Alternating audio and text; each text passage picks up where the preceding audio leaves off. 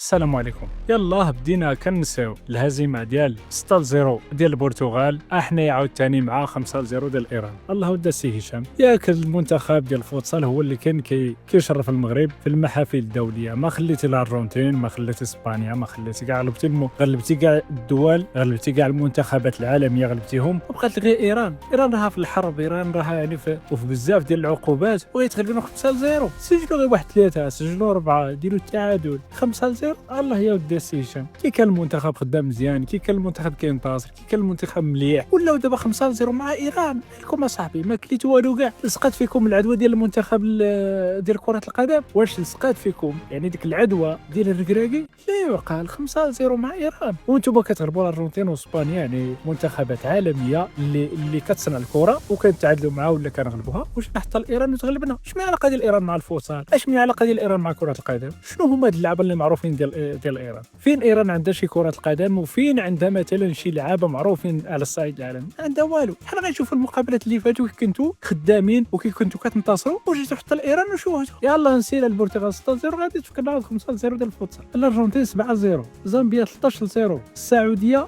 5-2، استونيا 11-0، تركيا 9-0، النرويج 5-0، الكويت 7-1. الكويت غير جاره ديال ايران، زيدوا لها واحد عاوتاني، زيدوا انتصروا على ايران، انتم كملتوا ديك الجهه. رومانيا 7-2، والدنمارك 8-1. هادو مقابلات زينين وشرفتونا، ولينا كنتابعوا شي حاجه سميتها الفوتسال، وعندنا منتخب يعني قوي في الفوتسال، وعندنا منتخب عالمي في الفوتسال. ولكن حنا اي حاجه كتكون عندنا في البلاد اين فوا الشعب المغربي كيرد لها البال وكينتبه لها، يضربها تلف. صافي كيمشي النيفو، الفيروس السي هشام لصق فيك، الفيروس ديال الركراكه. الله يحضر السلام. 5-0.